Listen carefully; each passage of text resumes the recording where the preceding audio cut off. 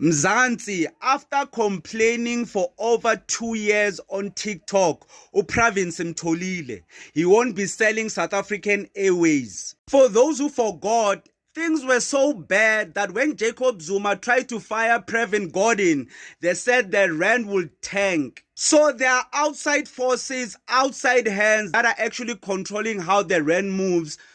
As we found out a couple of months ago, it's actually the banks who have been doing this. So the banks are colluding with Pravin Gordan to destroy the South African economy. How are we letting this happen?